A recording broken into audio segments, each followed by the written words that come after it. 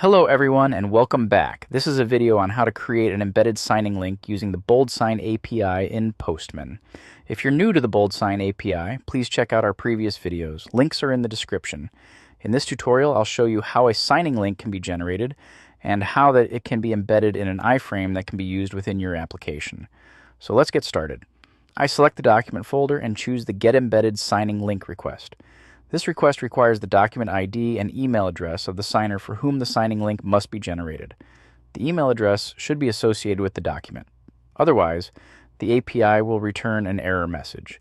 You can set the country code and phone number of the signer that you used when creating the document. You can also set the redirect URL. Once the signer signs, they will be redirected to the specified URL. First, I will obtain the document ID by navigating to the BoldSign application and selecting the document I created earlier via templates. I copy the document ID. I can also check the recipient details here. This is my signer's email address. Next, I set the document ID in the environment. Before proceeding with this request, you might be wondering, how can I stop sending signing emails to recipients if the process is embedded in my app? Well, BoldSign has provided you with an option to disable emails when sending the document. I've already set the disable email property while sending the document used in this request. Let me show you the document properties to highlight this setting. I select the document properties API, which requires the document ID. Since I've already set it, I send the request to view the properties.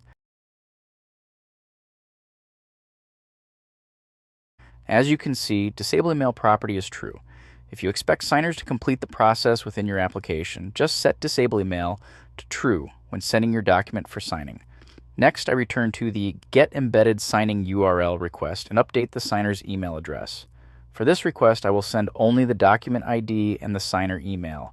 Make sure to set the API key for authentication.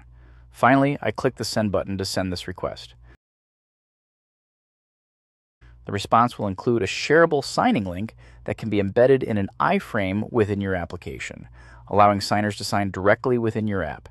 It can also be shared with the signers via email or SMS. Next, I'll guide you on embedding this URL in an iframe. For detailed instructions on this, refer to the developer documentation. Here's a sample code snippet for embedding the signing link in an iframe element.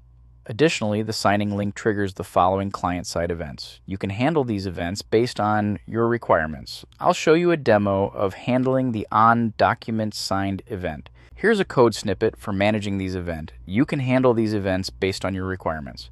First, I copy the code snippets to embed the signing URL in an iframe and paste them into my HTML. I add the signing link to the iframe source attribute and adjust its height. Next, I copy the code snippets for handling client-side events and paste them into my HTML. In the onDocumentSigned event, I add an alert message that will be displayed once the signer successfully completes the document signing process using the signing link.